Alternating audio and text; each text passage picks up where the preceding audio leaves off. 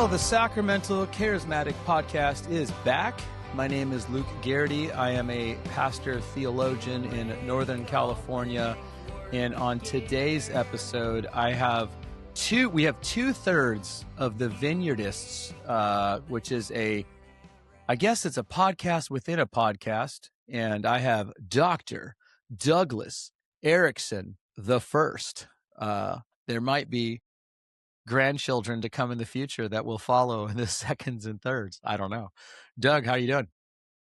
I'm doing fantastic. Thank you for asking.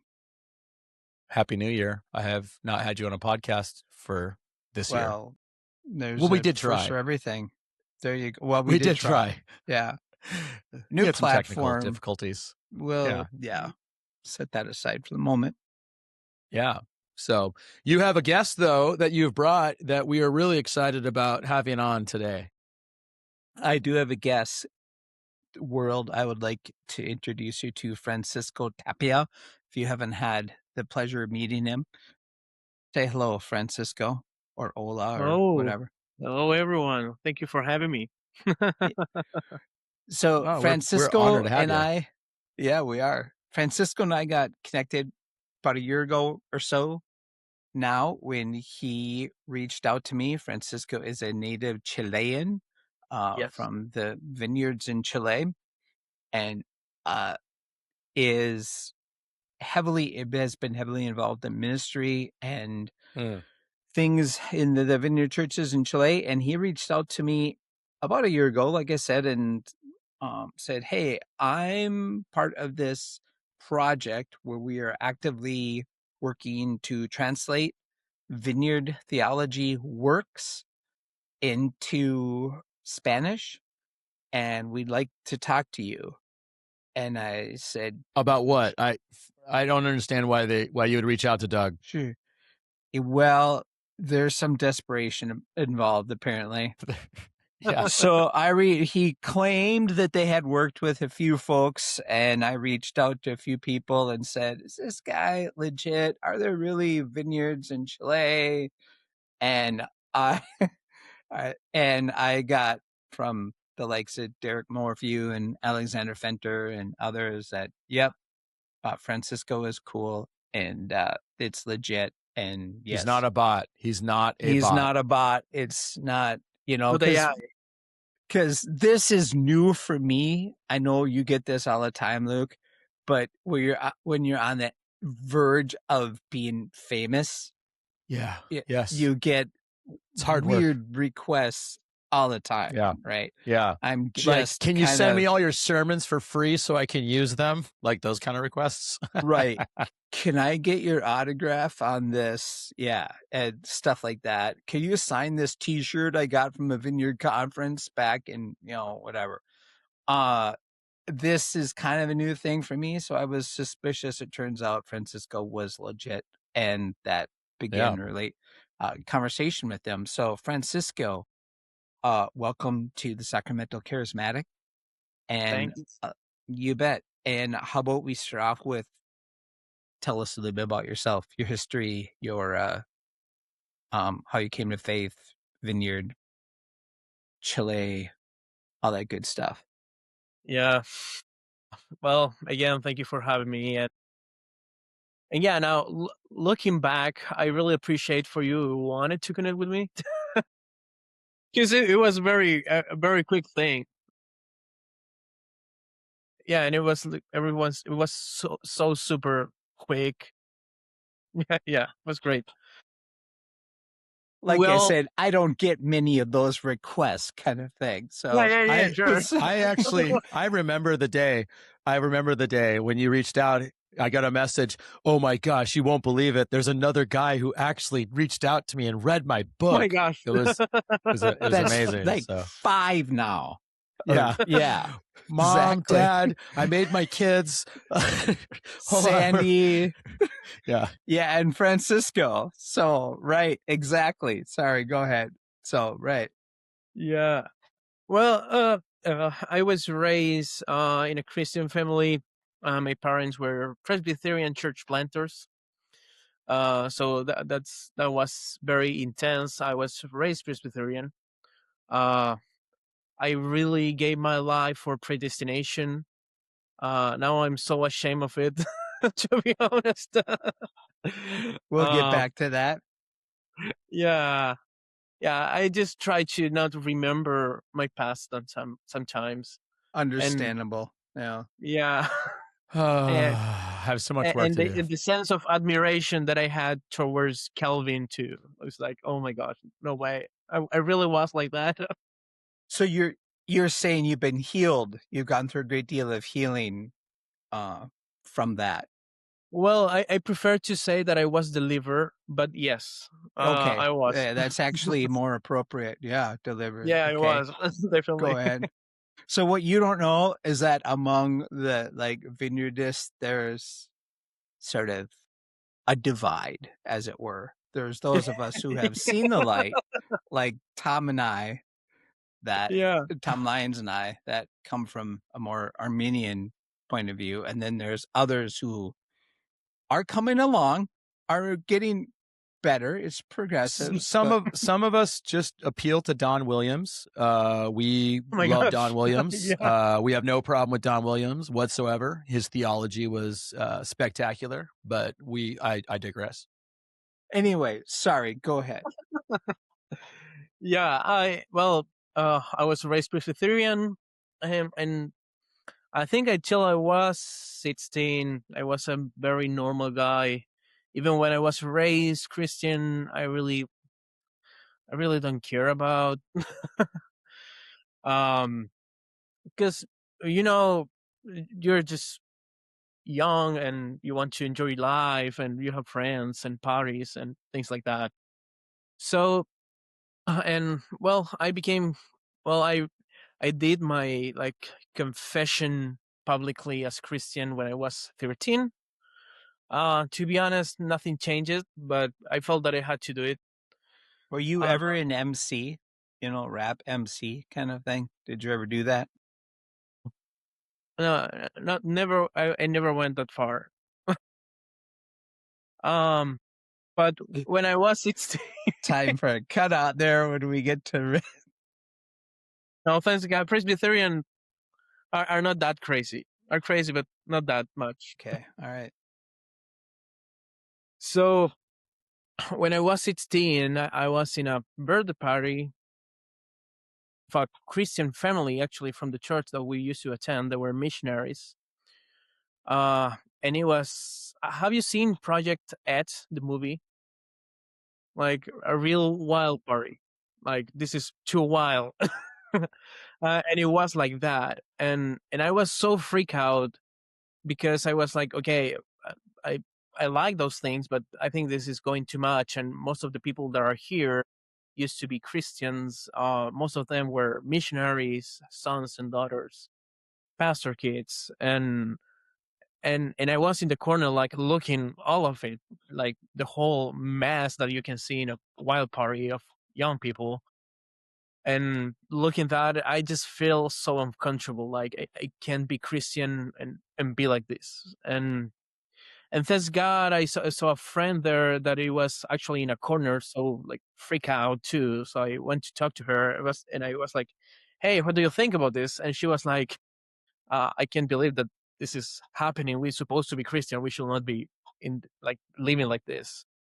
So we started to talk about Jesus, about God, and I had the brilliant idea to open a small group to reach our classmates for Jesus, and to reach our generation for Jesus. So I opened it.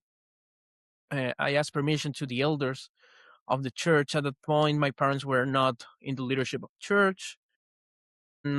Also, the church was looking for pastors. The church had no pastor at the time. So I talked to the elders and I asked them like, hey, I got this idea. I want to open a small group so we can reach a new generation for Jesus. And I think that the elders just looked at me, was like, yeah, sure, just go ahead. Like, go ahead, kid. Yeah. Whatever. Yeah. Yeah. Like, I mean, what pastor will say no to that? Like, sure. I mean, what are they? It might be great and take off and then they look good. If it crashes and burns, so what? Who cares? Right. So we did. In like 4 months, 5 months, we reached 30 people. And it was funny because they get really involved in the church. They start to serve very intensively. And then the elders get worried because our church was 100 people. So that means that I was pastoring 1/3 of the church. And then the elders called me and was like, hey, you just cannot lead this. This is wrong. You're 16 years and you don't have skills. You're not a pastor. You don't have a seminary. You just can't. And what I did, actually, I looked for the most solid book that I found in my father's library, that it was Systematic Theology from Louis Berkhoff. And I started to read it and study it and to teach it to these guys because it was huge. It was a huge book. So I thought, well, if it's a huge book, it must be solid, and I think it was at the time.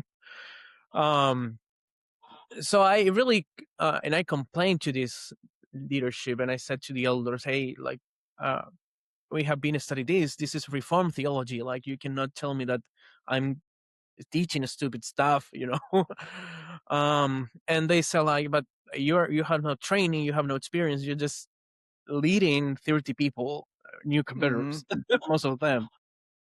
So it was a very intense conversation. I was super proud anyway, and I had to deal with that too. And at the end, I said, like, hey, let's do this. There will be an intense 1-week conference where, in a non-denominational program, we'll be training youth and young leaders. So why you don't attend, we will pay you the whole week. You be trained and you can continue it. And I looked for it, and I remember that it was some workshops and things that I thought, this is really weird. I remember, I will never forget this. One of the workshops that I had to take was called Phone with Jesus. And I was like, what kind of crap is this? Like, are you seriously want to train me there? Like, and they were like, but you have no choice. Like, you can close it or continue it. And if you want to continue it, you have to attend to this training. And I was like, okay, I will do it. And they will pay for that. So it was like, okay. And it was a kind of very good training. As a good Presbyterian, I was like checking for everything, checking and every. Was this in stage. Santiago? Yeah, all of this was in Santiago, Chile. And I was so uncomfortable. And we had one main session when one speaker, he was American, started to speak, and he did a very good message on how to preach others with your life, so you can reflect God's grace and God's power through your life, and not only with your words. And I really like it, and I had to choose a workshop, and I really didn't want to attend to Phone with Jesus. So and I looked for the name of the workshop, and the title was A Reformed Generation. And I said, this is great. Like, this is Reformed theology. So I choose to attend to that workshop, and it was definitely not at all. It was so disappointed. And I remember that it was a good workshop anyway. It was go deep in what this man was speaking in this main session. But at the end of it, he did the most weird thing that I ever heard. And he said, well, if we are going to preach with our lives to our people, we need the power of the Holy Spirit, so we will invite the Holy Spirit to come. And immediately I thought, well, he might be kidding me. This man has no idea that the Holy Spirit lives in us, and his job is to convince us that we are so sinners, and that's all. And then I get frustrated. I say, well, maybe this is the kind of guy that fake tongues and pushes people and get the tuxedo out and start to push people away and things like that. So I was like, oh my gosh. So he said, let's wait, please stand. If you want to just put your hand like this and wait in silence a few minutes. And it was 1 minute in silence. 2 minutes in silence, 3 minutes in silence, and it was the most uncomfortable silence that I have experienced at the time. We were all with our eyes closed, but I just tried to look what's going on in the front, and I looked this preacher, and he was like, and I look at him, and it was like, maybe he really expects for something to happen. This is so sad. The poor guy. Yeah, but honestly, I felt like this is so sad. He really expects that something may happen. And 2 minutes later of uncomfortable silence, he said, well, you can open your eyes. As you can see right there in the corner, the Holy Spirit is here and he's moving. And the only thing that I heard next is like, wham, wham, wham, people falling. Other people start to shake. Kidding. Other people start to speak in tongues very loud. Other people start to cry. I remember a few people demonized start to manifest. And I'm just looking around like, okay, but this is happening, but there is a problem because people is falling, but there is no one is pushing them. People are speaking in tongues, but nobody's telling like what they have to say. And I remember we like see people falling all over the place. And which was worse is that I started to fall and to speak in tongues when I fall on the floor. And it was a long time that I was in the floor, shaking, speaking in tongues. And when I tried to came back to me, if I can say that, I looked to the front and it was so full of people. And this man was praying one by one. And with my 16 years, just the only thing I thought was, this man knows the secret to make this happen. Maybe he's the only one in the earth that really understood how the power of God works. And everyone is in the front because they want to know the secret too. So I want to know what happened. So I went to the front. And I just remember that this man extended his hand to me and he yelled, fire! And I flew away again. And I was so freak out. Yeah, because it was first time experiencing something like that. So how did you go from there to encountering the vineyard and coming into the vineyard? Well, here's the thing. The next day, that was a Sunday afternoon, and Sunday morning, I became part. I went to the church, and I see the elders, and they asked me, "Hey, how was your training? What did you learn?" And I said, "But we have been wrong for 500 years." That's what I learned. Like we're so wrong in this. This is so bad. How did that go? How did they take? Yeah.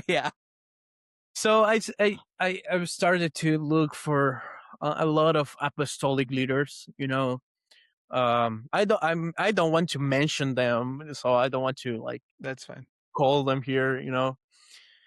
And I started to look them, and it was like, and I see them. Okay, well, maybe one that I can call here is like Benny Hinn, for example.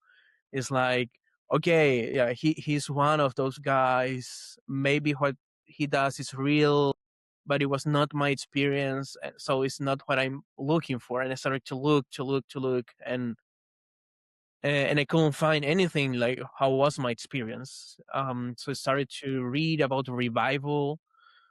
With not much success, to be honest, until I found the Toronto Blessing.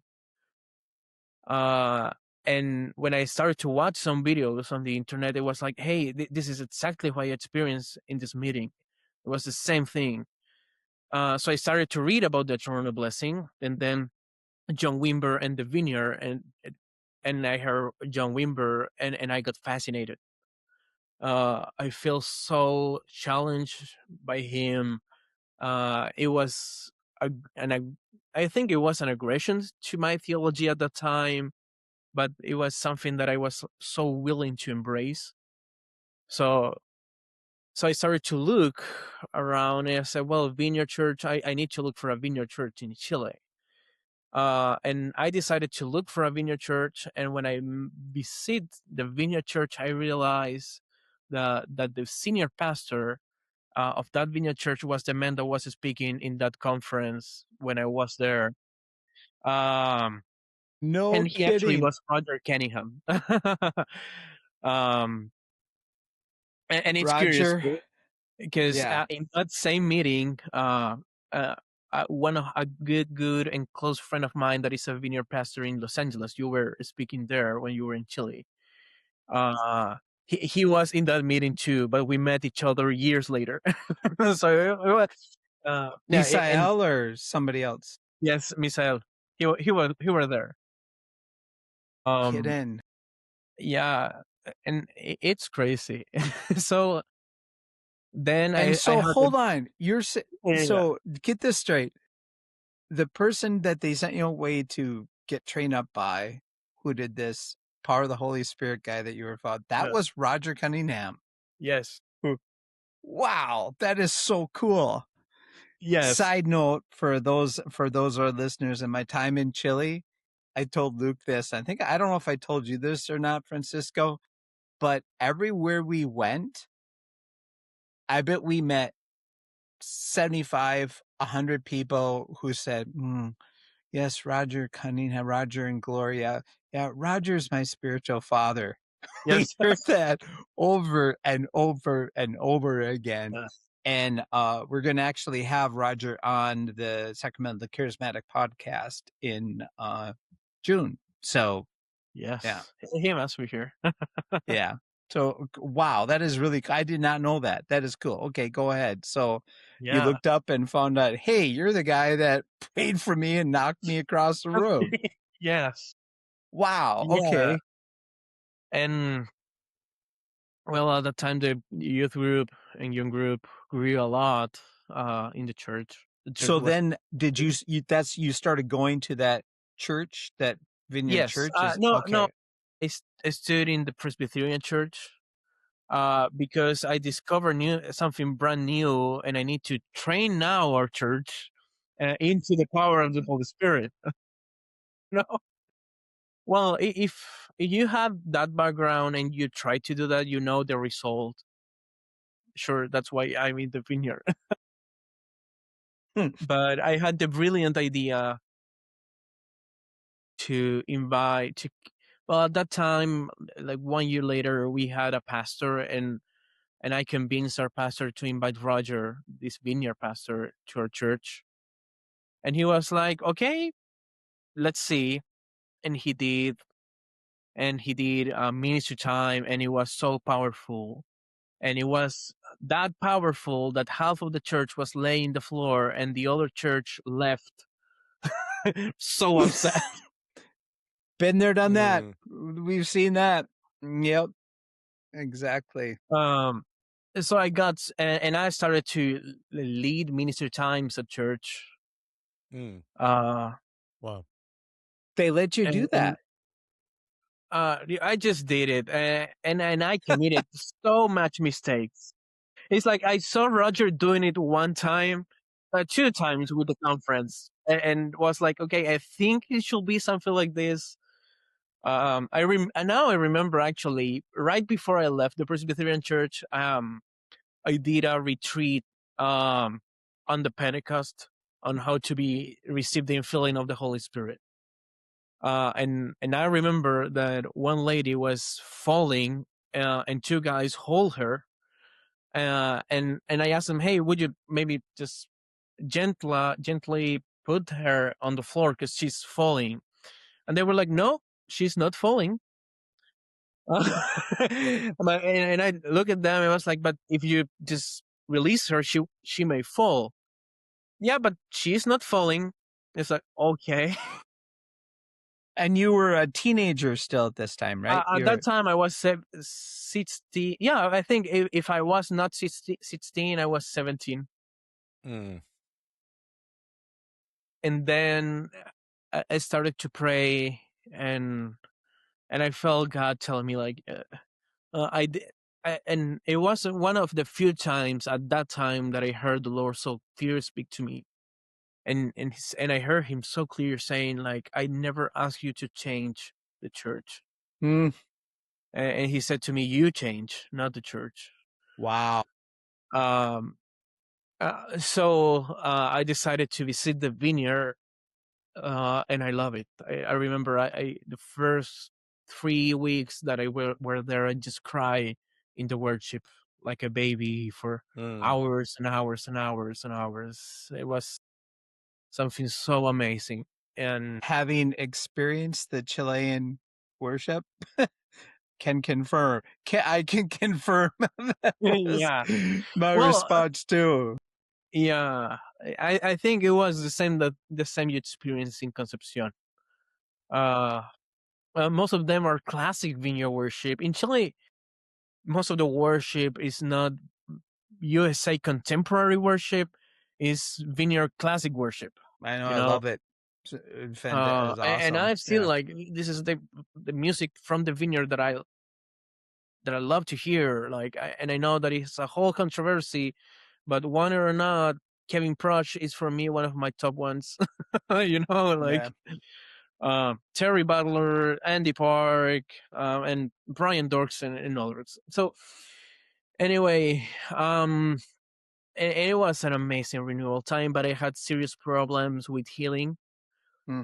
What do you mean by that? Because I was not sure the idea or the concept of healing. Yeah, like I was not sure that God heals today at the time, and well, you met Roger, but it's especially in that year, that was 2012, if I'm not wrong, maybe 2011, I'm not sure.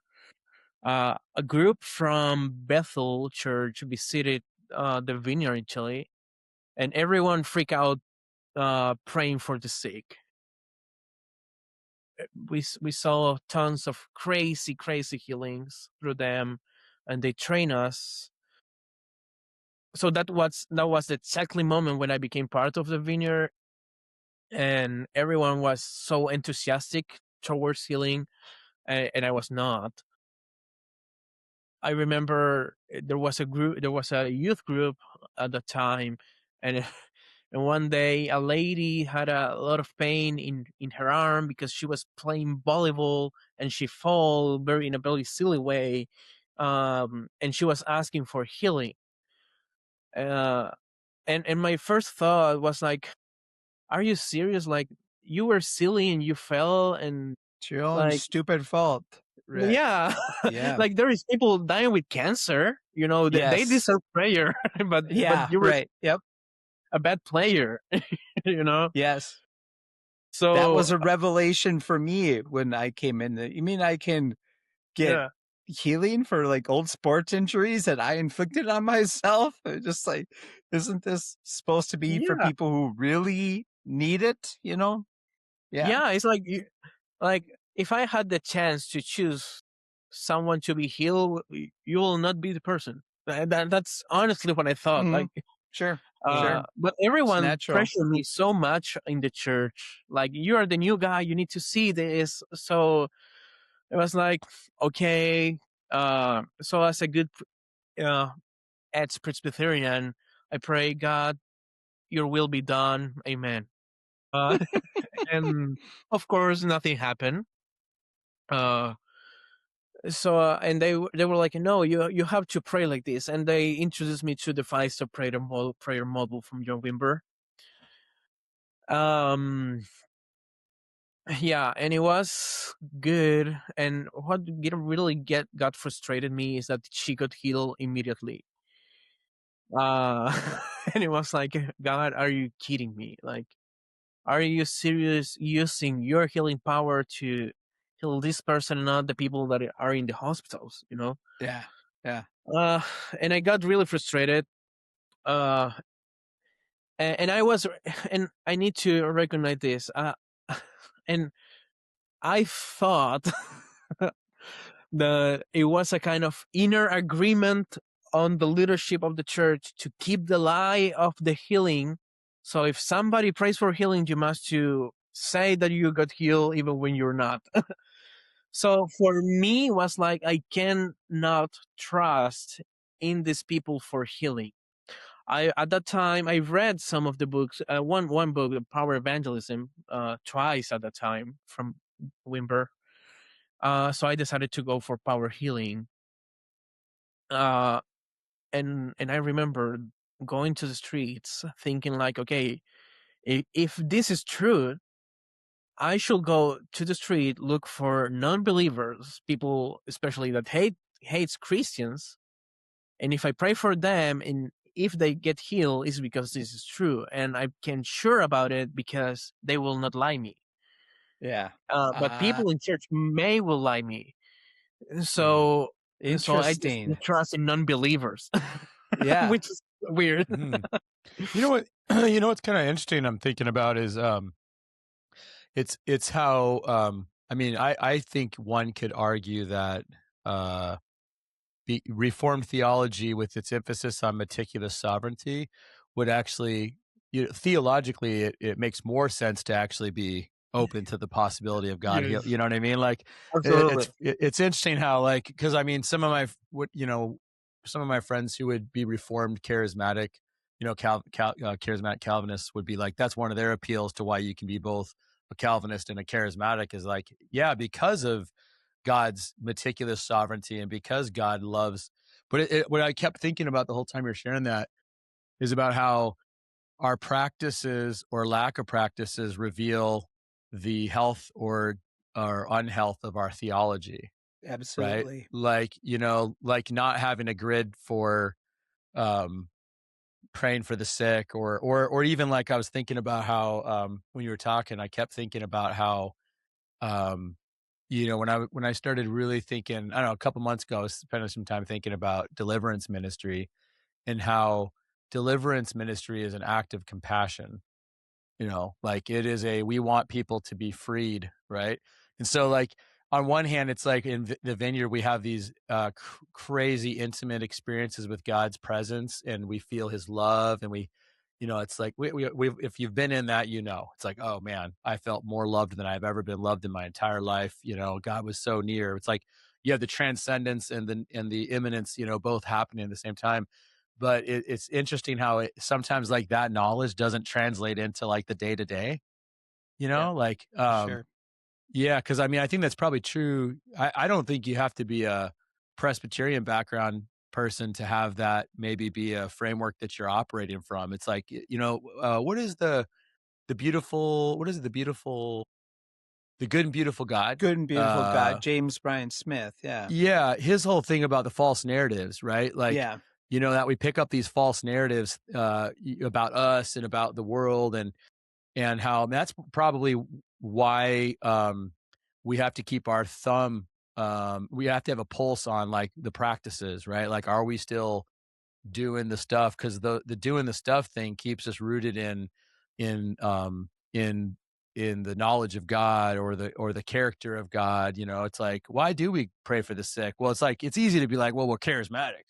We're Vineyard, you know what I mean? Yes. But at the end of the day, like there's nothing more compassionate and loving than God showing up and loving His daughter who hurt herself playing volleyball, even though like we're all like, that's stupid, like there's all these other really serious issues out there, Yeah, I think it's like Fenter, in doing church, yeah.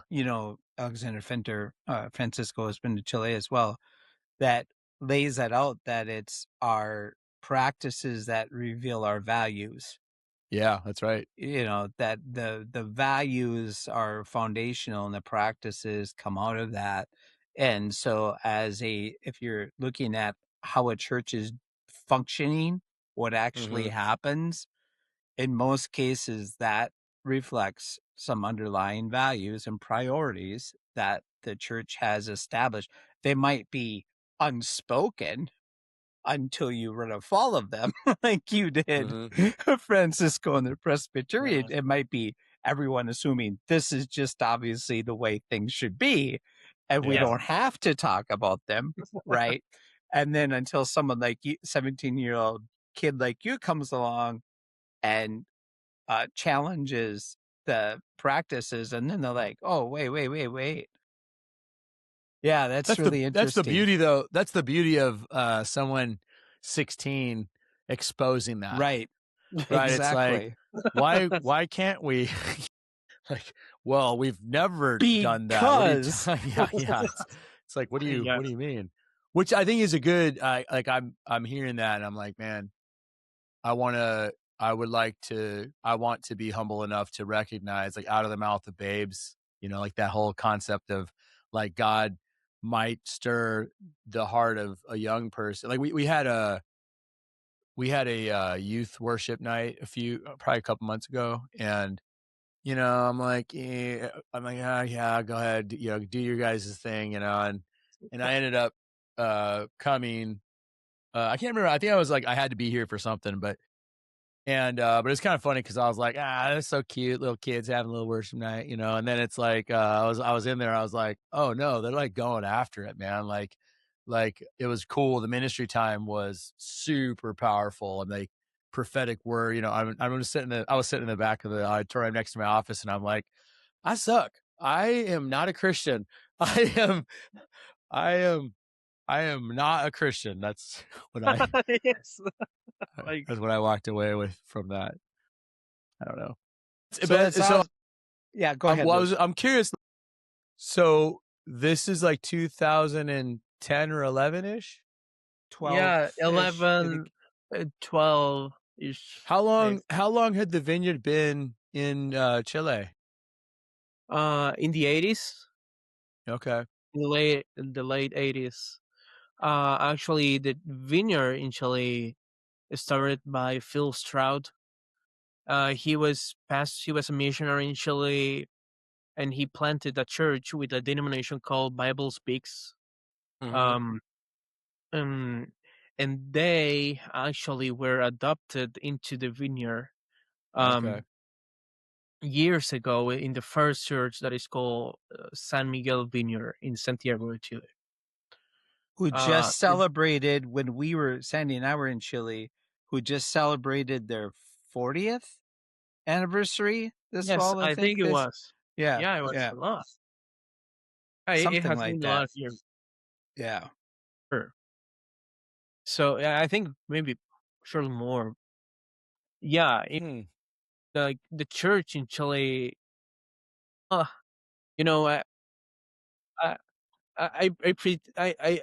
pretend to be a theologian, but one of the things that I did when I was there, we all do, Francisco. Yes, I think that to be a theologian is not something that you are; is something that you pretend to be. There you go. One of the things that I did there is one day I saw South America. It's like, okay, there is like 4. Maybe I might be wrong. Disclaimer: I might be wrong in the numbers. Okay, but I know that in Argentina there are 4 vineyards. In Peru there is another 4. In Bolivia it's like 8. In Ecuador 1 and 1 church planting. I don't remember how much were in Colombia. In Venezuela there was 3 or 4. In Costa Rica there is more. And I started to ask myself, why in Chile we have 34 churches and like other 10 projects on church planting and adoptions. Yeah. Why one day a vineyard pastor says that Chile is like a bunny on heat, like pumping out churches, multiplying. And it's like, it's so true, That was because Luke has recently been to Chile or been to Peru, and you were in Brazil, Argentina. Where were you this fall? Brazil. Luke? Yeah, Brazil. And so this is just having you and others here. Luke's had some of his friends from Peru on, and who we are mutual friends with, who introduced us, Rodrigo. Yeah. Yeah. And so this is just he's a decent guy. He's decent. He's a decent guy. Literally every person I meet now, I'm like, no, he's the best vineyard pastor I've ever met in my life. Period. Yeah. So this whole thing is a continuance of, Luke and I's love affair with South America and with the vineyard. But that actually was kind of one of my questions leading is, so you've been in the vineyard for a while. Why do you think the vineyard has taken in Chile the way that it has? I mean, what accounts for the growth of the vineyard in Chile? Because this last year, I think it was like August when I was talking with Roger about our upcoming visit, and we're having these conversations, and he said, well, there's about 30 vineyards now. By the time you get here in 2 months, there'll be 35. And we have like 10 to 15 more people in process of church planning. And we have like 50 more places that are requesting church planters. Yes. That are, if we had people trained up, we could plant churches like now. And I was like, what? Because that's not what I'm seeing in the States. Yeah. So I'm going to ask the others this question as well that we bring on, some of your friends. I did a whole analysis about it, and I think I have the answer. But yeah, like I really believe that you can plant a vineyard church in wherever you want in Chile, and it will prosper. For so many reasons, and I think all the reasons are written in the book Doing Church, that the three of us really love. And it's basically because Chile has a very serious Pentecostal background in terms of Protestantism, and in terms of general culture, Chile is so Catholic. Instead of the rest of South America, Chile has two particular things. The first one is that as a country, we were not highly embrace our native identity. We always, as Chilean, jokes that Chile wants to be like the youngest brother of America. Interesting. And actually, if you see our flag, it's pretty similar. Even our flag is pretty similar.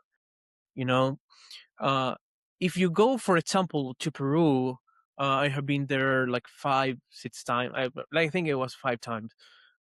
You see how they really embrace their culture, how they really have a very good relationship with their native people that we really haven't in Chile. You see that people really they have a very different culture because they have a culture. Chile has a culture, but I think Chile is a country that embraces much more an American culture. So every style that comes from America in terms of rhythm and music, it will hit very well in Chile. So that's why vineyard worship is so relevant in Chile. All like classic vineyard worship. Yeah. Also, our philosophy of ministry, for example, in our and the way that we have to lead, things like I'm not gonna tell you what to do. I'm not gonna pursue you. I will not control you. That works so well in Chile because you have Catholic people that really are. Most of them are not really involved in it, and you have Protestant people that most of them are part of the International Pentecostal Holiness Church in Chile, or Pentecostal Church, that they really are under control all time, or like under the leadership. So it's very much a top-down. Yeah, the pastor controls everything. absolutely. Kind of Luke's dream, the way Luke wishes. Yeah, that sounds amazing. First of all, we have a title. we describe that as bounded set. You guys both talked about doing church. It's bounded set. It's what I've been pursuing for a very long time. Absolutely. It's not working yet. Doug, you'll see. Eventually, you'll see. Yeah, I think you have to plant a church with that model. Yeah. You know what you just did, Francisco, is you're talking about kind of a I want to say high level contextual theology, contextualization. It's like, Absolutely. seeing, because it is interesting how I mean, I think it's pretty widely known, I think, that the Vineyard has not done well in South Korea, like really bad. Like I've heard really bad. Like they do not like. They don't, for whatever reason, it just has not been very effective there. And there's other countries where the Vineyard has really struggled. And I think part of that, is cultural, right? There's certain things about Yes. we call it the Vineyard DNA, or the vibe, or the ethos, that just does not seem to, we don't cross cultures very well. And so I think it's really interesting that you're observing that in Chile. There's like a way more, it kept making me think about, Doug, what was that? Remember that old, gosh, what was his name? Like the Fuller guy, but it was like the whole Charles idea. Kraft. No. I'm thinking about the person of peace. Hebert? Remember the person of peace? Paul Hebert? Yeah. Oh, Don Richardson. Peace Don Child? Richardson.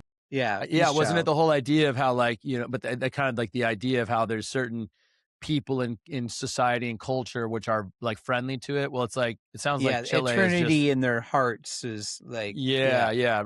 Wasn't that like the 80s? That was like the big, Right. But yeah, so that sounds like the soil is fertile. And it's interesting. What I was thinking about when he was talking about that is what was often said about John Wimber, Bob Fulton, Carl Tuttle, the early vineyard pioneers, is that what they were really good at was exegeting culture. Yeah. What they were really good at was understanding their cultural surroundings and where people are at, what people are looking for, what would work, what work. Yeah. And that, not that they changed the theology or even values, but it's just like, well, how do our values and priorities get expressed in this culture kind of thing? Packaging, right? Like, right, exactly. The way that you communicate. Yeah, that's interesting. Yeah. And it sounds like, Francisco, I would say, you just gave us a very high level exegeted Chilean culture and say, this is what, people can relate to, and this is how people are thinking, and this is how the Vineyard fit into that.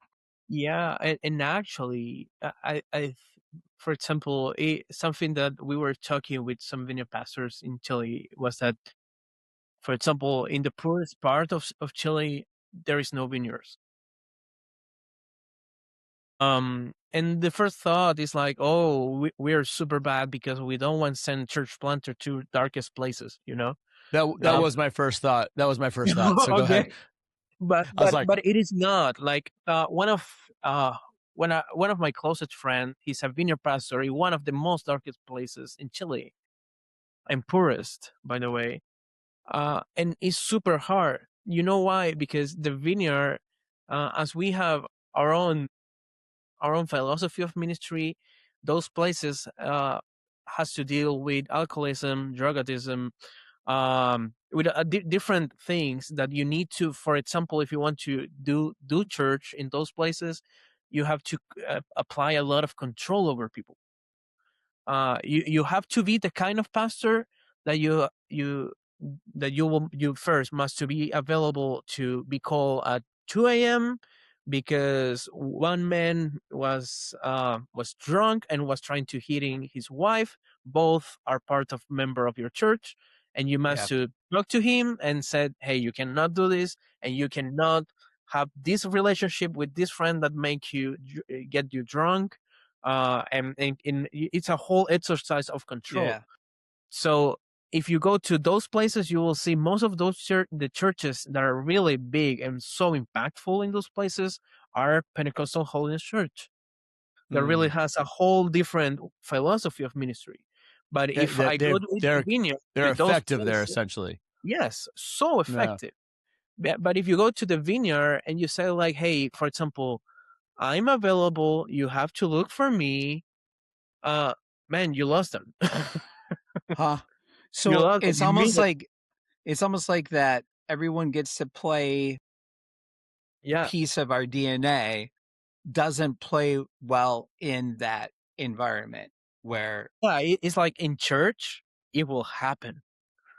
But people in the week, it's like, if you do not tell me what to do, I'm not going to do anything. And they really interesting. are so available. Like, Pastor, if you call me in the week, hey, I want for you to visit that person and pray for that person until that person receives Jesus in their heart, I will do it. But if you don't call me, I will just stay at home. So it's also, I think, Vineyard philosophy of ministry. Honestly, I think it can be in every country in the world, Sure. but it not be successful in every culture, you know. And I think we must be okay with that. And I think Chile is the perfect field because there is it's full of Christians that are really tired of this system of control, but are generally looking for God. And in other hand, you have non-believers that are so disappointed of the church because of Catholicism is so, at last in Chile, so involved in politics, and the Pentecostal Holiness Church that surely they may experience is like, this is not the kind of church that I want to attend. I don't want to attend to a church that tell me that I need a dress code to attend to the church. So sometimes they were like, hey, this is a church? This is the Vineyard Church? Like, so I can come really as I am? And also there are signs and wonders.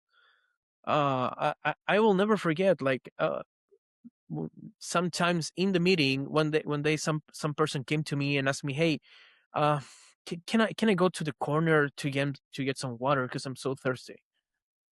And I and I look at him and I was like, of course you can leave the building and come back. Like you can leave the building if you come back, that will be better. But like, you don't have to ask for permission. And he asked me like, oh, sorry, because I had to in my previous church. Yeah. Wow. I think, that's it interesting seems like how those things translate. Yeah. it seems like Chile has done I mean, because I'm thinking of Rodrigo as a Chilean in Peru. Yes. And I was watching it, and he was sharing, like, the differences between the two cultures, and how he has to do it this way here because this is what works here. Or even, like, he was like telling me, even just the Spanish he speaks, like, there's a huge difference between Peruvian and Chilean. Yes. Right? Yeah, he was like, Chilean, very bad, very, very, very bad. Peruvian, Spanish, very, very proper, very, very good. And we got a police officer kindly asked us to pull over at one point in time, not because we were doing anything illegal, but they were checking something or whatever. And like, just when he got done speaking Spanish, he was like, yeah, I had to speak very, very good Spanish to answer his questions. Because in Peru, I would have said not kind things and driven off or something like that. And I was like, or in Chile, I was like, oh, wow, that's crazy. You're a pastor? But yeah. Yeah. So anyway, I think it's kind of cool because it seems like, just hearing what you're saying, it's like baked into your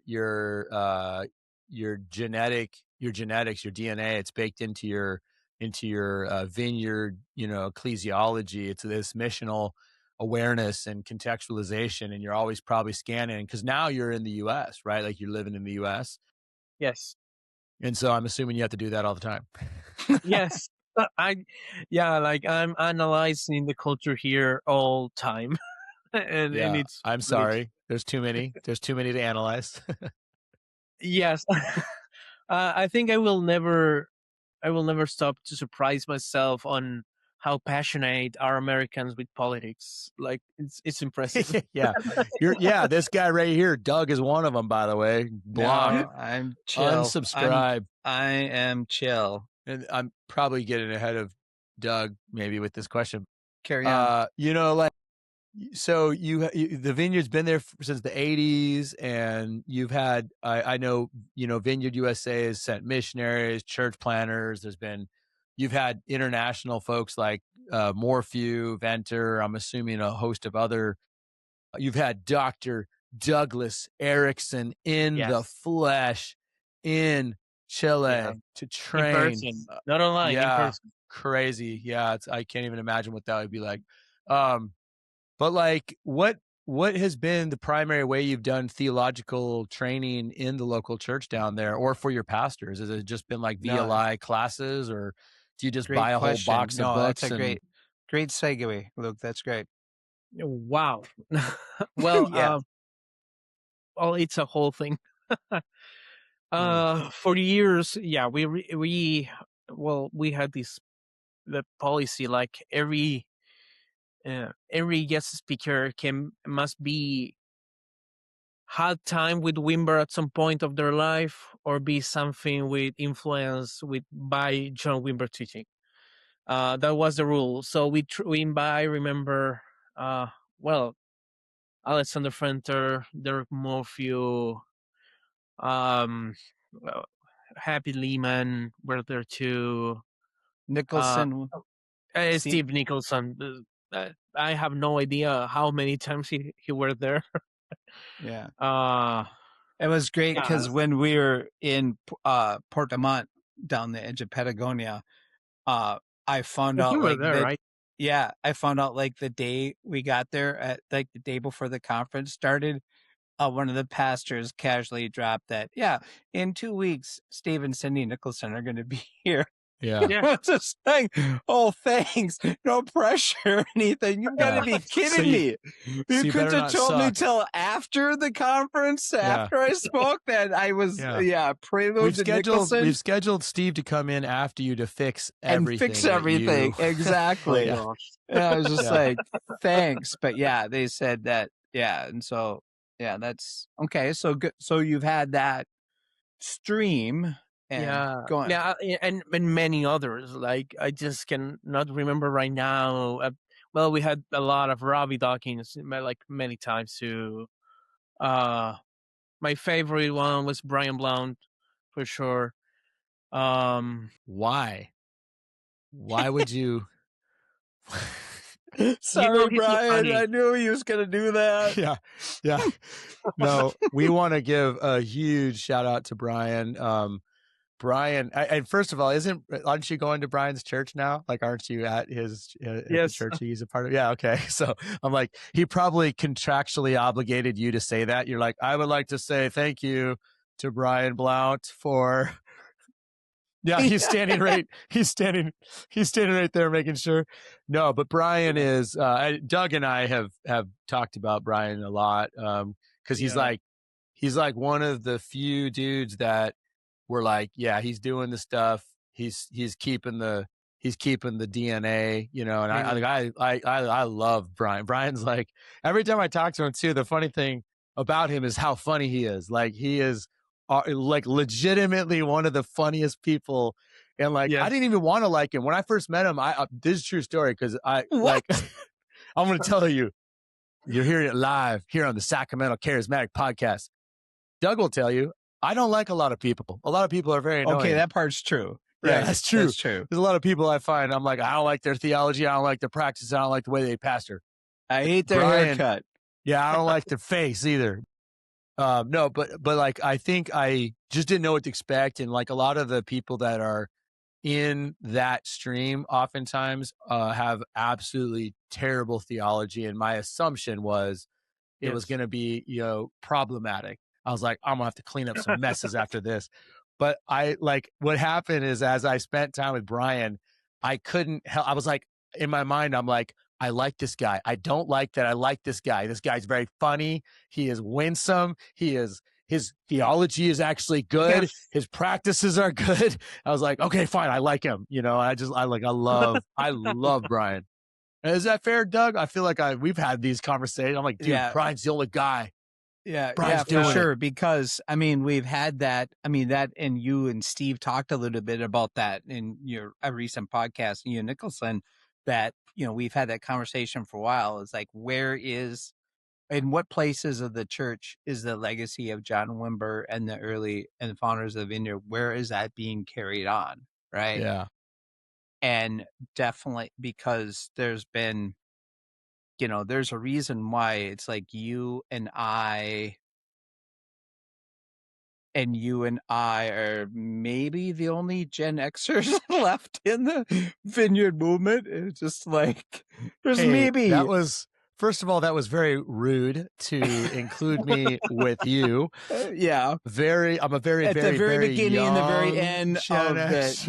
of the Yeah. Gen X thing. Yeah, But it's there's true. a lot of people that aren't here anymore. Yeah. There's a lot of, and so there's that, definitely that, that Happy Layman, Steve Nicholson, that group. And then there's a lot of millennial pastors that are killing it, that are coming in. Yeah. But there's a gap in the middle. And so we've had that conversation quite a while. Yeah, man. Gen X has always been the forgotten generation. That's what we've been trying to say. Okay. Yeah. Yeah, that. I'm sad. But Brian is one of those that's we've talked about. Is just like, he's still doing this. He's still doing this stuff and is still values theology. Yeah, I imagine Brian probably like pops off down in Chile too, because he's just such a he's like a really good speaker. He's funny. Yeah, I bet they love him down there, man. Did he tell you how we met? No, I want to hear now. Because I think it's a very important part of my story, of the whole story. But well, you need to know two things about me. I speak a lot, and I have ADHD, so I can really can jump from one topic to another very quickly and forget our main topic. So if you can remind me what we were talking about, I will really appreciate it. I'll come back. Tell us the story. We want the stories. Yeah, go on. We want the stories. Yeah. So years come by after I joined to the Vineyard. Roger invited me to work full time at church on teaching and leading the ministry school. I led a ministry school where I used to teach and train people from all the continent, by the way, and also Europe on kingdom theology and kingdom practice. And one day I wanted to train in a 1 week intense week on kingdom theology and kingdom practice to the vineyard pastors in South America. So it was during COVID, the first year of COVID. I made a whole meeting with every vineyard pastor. We invited the whole vineyard in South America to join us. And I don't know how much pastors were there. It was a lot. And I was looking for someone to teach on power evangelism. Long story short, I did my Vineyard Institute certification and the whole thing at that time. So I heard about Brian many times. I read his book, From the Sanctuary to the Streets. And actually, I used it for years, that book, to train people in power evangelism before to go to the streets. And so I reached out to him like, hey, my name is Francisco. I'm leading this. Would you be interested in to teach online this one session of power evangelism? And I remember now actually that he replied me like 1 week before the event. I was actually super sure that I will have to teach about power evangelism. So I was like, anyway, and then Brian was like, hey, I'm so sorry, I cannot, I just forget about, but definitely yes. And he was there, and it was a blast. Like a lot of people crying, a lot of healings, people that I really know. This guy has no tears, like he's crying. Was like, and it was an amazing and so powerful. And then he did the most awkward thing that I ever seen in the vineyard. He started to prophesy, and he suddenly said, I see an earthquake coming over Chile with no destruction as a sign of revival among the vineyard. And it will be at the end of August, beginning of September. And I was like, oh my gosh, he prophesied an earthquake. Like, this is the ABC of the prophetic ministry. Like, no babies, no weddings, buenos. Yep. no pastors, Yep. And then we actually, I remember I just emailed him, I think, like, hey, just thank you for participate or something like that. And then I received yeah, I mean, it was obvious, like tons of comments, like, hey, like, what about the earthquake? And a lot of people mocking him. And it's like, and I was like, gosh, like this was huge. So this would have been about 2019 then, 2019 or No, 2020? this was if I think it was 2021, if it was not Okay. 2020. No, I Okay. think it was 2021. Second Okay. year of COVID. Okay. No, actually, it was 2020. It was in June 2020. And well, the time passed, and I talked to most of them, those pastors, and they were like, "Hey, how's the earthquake going?" It was like, "Oh God." And a lot of them mocking Brian and mocking me, like, because at the end it was my guest speaker, Yeah. you know. You're responsible. Yep. Buck So stops it's at like, the... yeah, uh, and at that time I live in a 22nd floor in Santiago, and it was So you didn't believe there was an earthquake coming because you were yes, still on the 22nd floor. yes, it was the last floor of the building, by the way. So it was 1 a.m. I was seated in the restroom, which is funny. And then I started to feel like the whole building shaking and shaking more and more and more and more. And then I tried to left the restroom quickly as I could. And my wife told me, like, "Hey, do you remember what Brian said?" Like, and I was like, "Yes, the earthquake." And he said, like, it will be the end of August, beginning of September, and it was September 1st. It was the midnight. It was like 12:30 of the night, and it was crazy. It was like, okay, this is so weird. Who's laughing now, buddy? Yeah, Yeah. and there is a lot of earthquakes in Chile, but what was most interesting is that next day, early in the morning, it was in the newspapers and the news. Every news has the same title. It says, "Earthquake with no destruction in North Chile." Wow. So I emailed Brian, like, "Hey, Funny this thing happened. Don't know if you remember this. And I talked to him, and he said, like, "Hey man, I really wanted to talk to you about it because when that happened, it just came out of me. But when we end the meeting, I was like, oh my gosh, what did I did? Like, I can't believe this happened." So immediately Brian says, I want to go to Chile, and I actually, when I talked to him, I was like, hey, I really want for you to come now.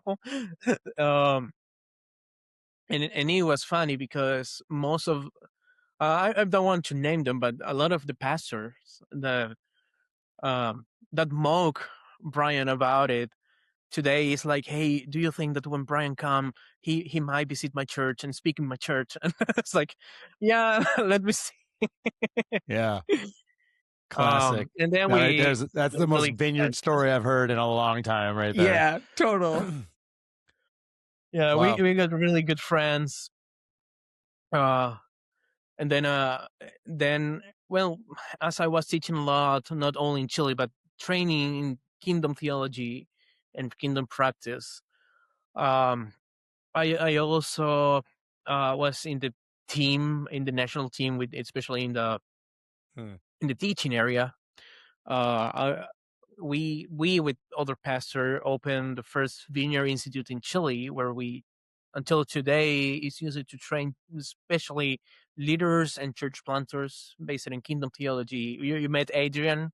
I He's did. the lead Yep. the lead in the teaching area. Amazing. Oh, love Adrian Cisa. Just incredible couple. Just, I mean, so to tell you, like, day 2 that I was there, I messaged Luke and I was like, I met you in Chile. because like if you go, maybe you'll come to our conference here at the end of March. Shout out to our training and equipping conference that Luca's hosting at his church in Northern California. But you walk around the streets of Red Bluff, California with Luke, and and people are like, hey, pastor, people honk going by, they throw flowers, coins sometimes. Exactly. Right. And I've seen that in Red Bluff. And then I saw that when he was at church in Wisconsin too. It was weird, Francisco. Like every bar we went into, like First the whole of all, place was start like, that sentence over again. I was doing a lot of outreach. I don't know.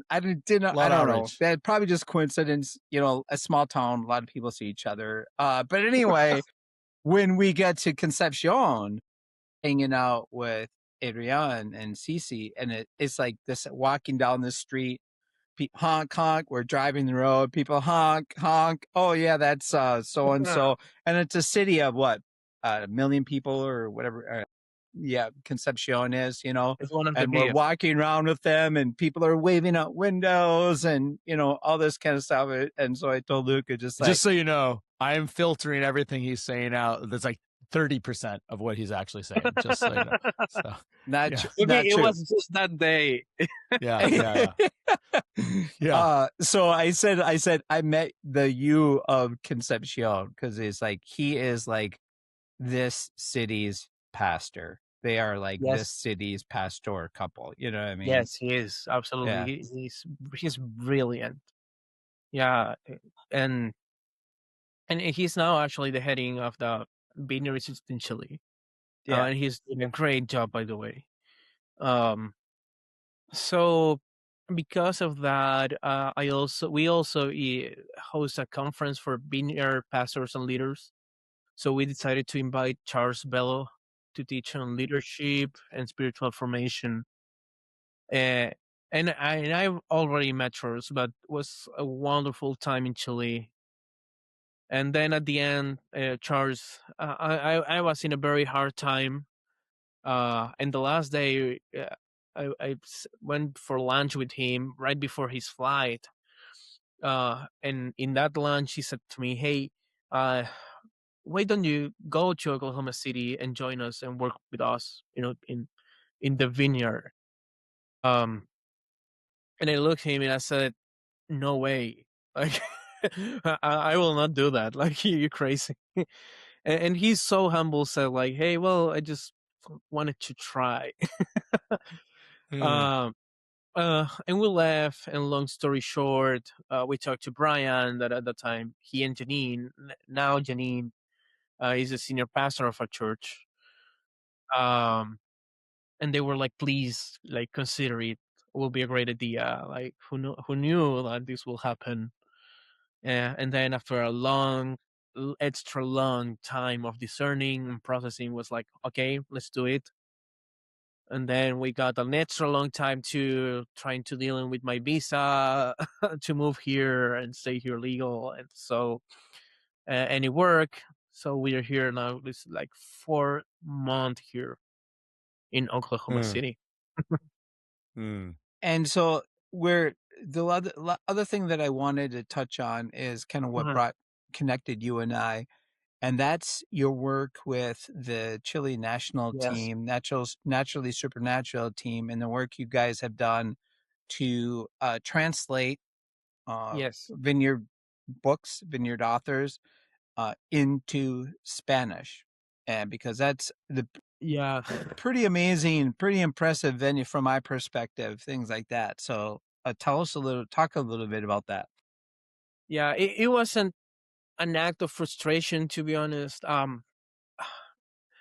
was invited to teach on the prophetic to the My Bickle school years ago that he had in Chile. And I felt so uncomfortable to teach there, because I thought, well, at that time there was nothing wrong with my Bickle, just with his theology, but nothing wrong with his person. And there was, it's just that well, no there one was, knew know about it. it. Yeah, it's just that no one knew about it. yeah, sure. Sorry. There was nobody Yeah. knew about it. Yeah, Yeah. that's true. So I felt so uncomfortable because I thought, well, these guys are like, they are really into prophetic. Why they are inviting me? So I decided to train them in words of knowledge and how I teach on the prophetic, and just do it. And when I did it, at the end, the leader came to me and he said, like, "Man, I have never seen something like that." And I was like, And "Are you you were serious?" doing classic vineyard material, basically. But Yeah, you were yeah. I think, yeah. I teach it differently, but at the same time, it's the same core, based on kingdom theology, and yeah. So I teach about it, and we had a practical time, and it was incredible. And they were freaked out, like, I never seen something like that. And I look at them and was like, are you kidding me? Like, this is a prophetic school, that like, I actually was expecting, like, for you to, I don't know, teaching about the angels and things like that and weird stuff. Uh, and he said, like, we had a whole angel class. It's like, but there you go. but we never go like into something that real. I was like, okay, like, I have no idea how to feel about. Yeah. So I had in mind to write a book about it. It was how to recognize God's voice, and to use it, because at that time I was traveling so much in different churches. So I had the idea to do prophetic trainings in base on those book in that book. So I wrote it, and when I finished it, I said, okay, I have to publish it. And I look at to a few publishers that I know, and the cheaper one charged me $2,000 to publish it. It was like, I'm not interested in money and to make money of this, but this is not a good business, Mm-hmm. Like, I just want a last, Costing like, you money is a different thing, though. I mean, yes, yeah. absolutely. Like in Mm-hmm. Chile, for example, if you want to see your book published, there is no Amazon. And Yeah. if you want to get a book on Amazon, you have to pay $50 at last. So it's like per book. So it's like, no way. So if you want to get a book, if you want to publish a book, you have to print it. And there is no like digital printers, so you have to, or on demand, you have to print thousands of copies of that book, like, believing and trusting that it will bring you a return in terms of money. Yeah. So I had a very hard time with publishers, and it's like, God, I just want to publish a book. I don't want to be a millionaire with this book. I just want to train people and equip people in the prophetic. So I say, like, well, if I cannot enter into a publisher, I will create my own publisher. And they're like, this was super basic, by the way. So I was thinking, like, okay, it has to be a vineyard name. And I was thinking, like, doing the stuff, and then it was like, there was a project like that many years ago, so it might not work. So I thought, well, natural and supernatural, and I just did it, and I published my book under naturally supernatural label.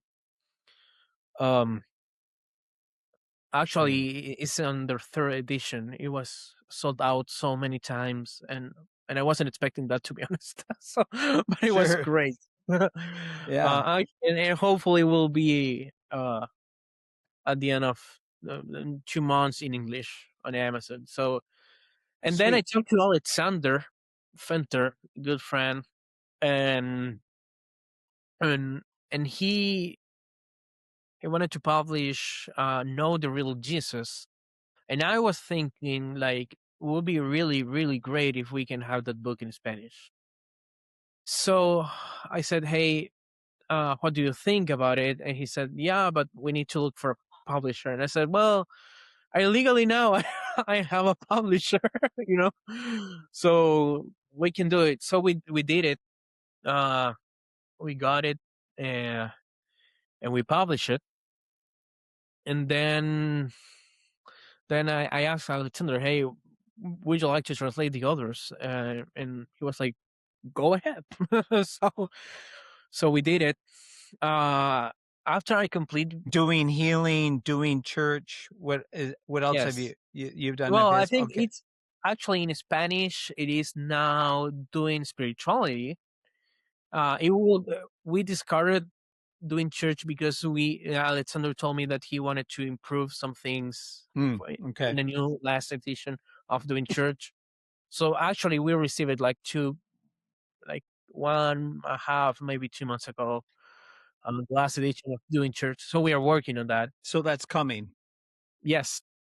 Praying the Psalms. Anyway, actually, the first volume of Praying the Psalms is already published. And then I was mentored by Dr. Morphew for 2 years. That's when I met Rodrigo, by the way. And then I wanted to publish the book that I really wanted to publish in the beginning, that it was not about the prophetic, but it was about healing. I think healing till now is my favorite topic on theology to study. And it's so related to kingdom theology, which is great. So I wrote my book on healing, and then I asked, and I published it. It's called How to Heal the Sick, because it was the question that I had when I became part of the Vineyard. And because Jesus said, like, he didn't say pray for the sick, he said heal the sick. So it's a command. How? Exactly. Like, how? Yeah. Yep. So I wrote my second book called How to Heal the Sick, and then I asked Derek, like, you're my mentor, so I need for you to help me reviewing it and delete every heresy that I can write in my book. So please help me. Doug also wants to volunteer his time to do that. For any of my listeners or viewers that you're wondering if you're teaching heresy, just email Doug. He'll take care of all of that for you. He'll fix it all. So yes, absolutely. Yeah, he's got you. So yes, absolutely. Yeah, actually, I will do with my coming books with you, Doug. For sure. Yeah, that's probably wise. Doug, yeah, Derek's not responding to my emails anymore, so Doug, you're now the official. Oh my gosh. he had Derek on just that podcast just a couple weeks 2 weeks ago. So yeah. So how many do you have currently translated into Spanish? Let's see, 30 titles ish. I have no idea. Let me see. We'll find that and put that in the show notes if people want to find that and the various titles. I don't know how Brian's. You have my book, Live in the Future. You have a bunch of Venter stuff. You have Morphew. Yeah, we have John Wimber. Yes, we actually we have different but equals from Derek Morphew, Know the Real Jesus from Alexander Venter, my book on healing, How to Heal the Sick. Roger Cunningham, by the way, Just Say Yes. Doing spirituality. We have Empower Evangelicals from Rich Nathan. Both and from Rich Nathan. That I think that book is one of my favorites. Like, mind blowing. You know practical. What's the reason why this is so important, though, is not just for Chile.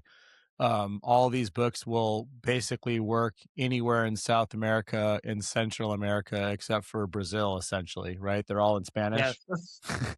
Yeah. Portuguese. Shout out to everyone. Yeah, shout out to everyone except for Brazil. You guys have a different language, and it was really hard, and I didn't like having to not know any of it. Just want to go on record. Yes, absolutely. But your food is really good. I want to come back. I just want to be very clear. Okay, I'm done. Well, and their drinks too are amazing. Yeah, that's true as well. Well, Brian Blount's book, demonstrating, putting Jesus on display with love and power, is in Spanish. Yeah, fantastic book. Yeah, fantastic book. The Way It Was from Carol Wimber. Cool. Classic, so these books, I mean, these are paper. You're talking about paper copies of these books too, as well, not just Kindle, correct? Yeah, all of them. It's available on Apple Books, Amazon physical and also Kindle. So when can those of us poor souls living in Northern California who need access to all these books in Spanish, when do we get to order? That's what the viewers and the listeners want to know. Order now. Order now. When can I get them? Can we get them right now? Check. Yes, actually check the show notes. Yeah, sure. Okay. Like, so we'll have a link in the bottom. Here's the thing. Like, I realized, like, teaching for so much years and leading school of ministry, that you can have the best teaching, you can have the most anointed teacher, you can have the best facility, but if you don't have resources to train people, you will not gonna make it. Wow. You need resources, and that's simple. It's like, because if not, it's like me just sharing thing, which is great, but I need for people to read about. Like, if I want to train people in kingdom theology, I need for them to read Breakthrough in Spanish. I need for them to read Live in the Future, especially for Vineyard people. It's like they have to. There might be other books. Oh my gosh. Like, if I really want for them to grow in power evangelism, they have to read Putting Jesus on Display, you know. Mm-hmm. Yeah. And not only attend to something, because I realized that people has a kind of momentum when they were super excited, that is the class time, but then when they come back to their normal real life, they just forget about it. And it's because we have no resources. So especially especially in terms of kingdom theology, like, you need to have resources to train people, because I'm doing now a program here at church with our staff, by the way, called Kingdom Immersion. And I actually next week will start for the next 6 weeks to teach on kingdom theology. And one of the things is like that I want to mention is like there is not like a basic level on kingdom theology. Like the most basic thing is breakthrough, and it's not basic at all. Yeah. You know? No, I really, just that's been a Luke's thing for a long time. Yeah. Yeah. I mean, like, I love Breakthrough. I mean, I have read Breakthrough probably, I would argue probably more than anybody. I've read it a lot. And I just think, because I look at it from a pastor's perspective, is that the majority of people in my church community are not going to be able to read that book and last. There is a really, I wonder if there's a possibility. I have a friend named Rob McAlpine who was a Vineyard pastor, and he wrote a book called Genesis Cafe. Genesis Cafe is, in my opinion, the most accessible, easy to read book on the kingdom, that's written in a very creative way too. It's kind of written in a story style rather than, like your traditional, like, it's not a didactic type of, just lecture or, outline. But I think that book in Spanish would be really, really helpful, because it really, and probably if the Chileans really like the American culture, it has this American coffee shop vibe to it, which I could put you in contact with Rob. Great. Because I think he would be open to potentially publishing in Spanish. But I think you're right. I mean, that's like a huge need we have now, is translating, kingdom theology, the actual theology, like the theological concepts, and translating it or re-articulating it with modern application, because it just seems like we have Breakthrough, which is great, and there's a lot of people that will still find Breakthrough very helpful, but there's a lot of people in my church that will just not get past page 5. They just won't. Yes. So. Like in Chile, even in the language in Spanish, it's hard, and we at church here, we have people like that too. Like, I really know that I cannot ask them, hey, why don't you read the Kingdom Reformation in just 1 month? It's like they are not gonna do it. Just so simple. I mean, it's so bad here now. This is how bad it is. I'm having to recommend to people to look at living the future. And that's how bad it is. Wow. Okay. Oh my God. You understand what I'm saying? Yeah. So one of Tough the things times indeed. It's rough. Yeah, and also especially to translate John Swinburne book, and also we republished their books in English, Power Evangelism, Power Healing, and Power Transformation, also known as PowerPoints. Yeah. That Yeah, was yeah. so out of Great book. print. Now we remade them. With Kevin Springer, he had this idea because the last version by Chosen Books of Power Evangelism had a whole study guide for small groups. But years ago, I have them. They're back, but there was a separate book called Power Healing Study Guide, and another one called The Way to Maturity. Both from both John and Kevin Springer. So The Way to Maturity was the study guide for small groups about regarding PowerPoints. So That's just out of reach over here on a shelf. Yeah. That Way to Maturity. Yeah. Great So book. this one, what we did now is 3 new editions of Power Evangelism, Power Healing, and Power Transformation that includes these study guides for small groups with practical steps. So it's like a real final whole project. Also, yeah, and we are actually considering to publish a few more in English now too. We are actually decided to translate John Wimber's books into Portuguese now. Hey, in months. Wow! Shout out Brazil. So there you have Brazil. Leandro will be so happy. That's great. Yeah. Yeah.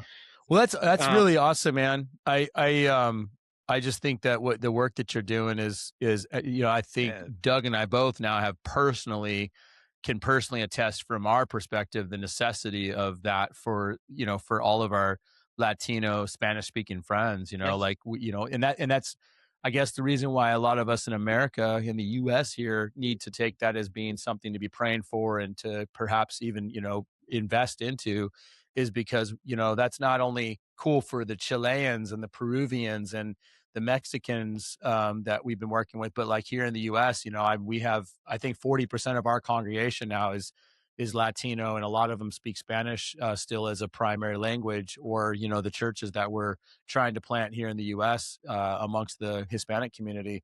Like, we need those resources, because I can only chat GTP things that I write into Spanish so much. It's like not working.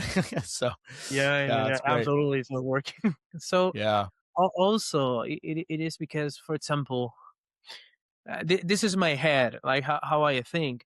Like I know a lot of pastors that are not English readers or English speakers, and I just translated the way it was. So what do they know about the vineyard and our vineyard pastors? Yeah. It's like, wow, like we really have been doing church for so many years. We have no idea about story. Wow. Yeah. That's interesting. Well, the nice thing this has been awesome. Thank you. Sorry, Luke, go ahead. I was just going to say, the nice thing is that you can make things up. They wouldn't know that you weren't there. You could be like, yeah, I was hanging out with Carol in 1992. Yeah. Yeah, we were like, yeah. So Carol says that. Carol told me once that. Yeah. All right, Doug, you can wrap us up. Sorry. Yeah. Thank you so much, Francisco. This was great. And like I said, this is, this continuing episode of love affair Luke and I have with South America. And so there will be definitely more of these to come and on Sacramental Charismatic. But maybe we'll check back in with you later on in the year, in the summer, and see how. And the second thing I want to say in regards to that is, you're pushed a lot of our buttons, a lot of our hot buttons with like the training, education, that kind of thing. And that's exactly why we're throwing this equipping conference in Red Bluff at the end of March. And you'll see we'll put a link to that to the bottom of the show notes. So yeah.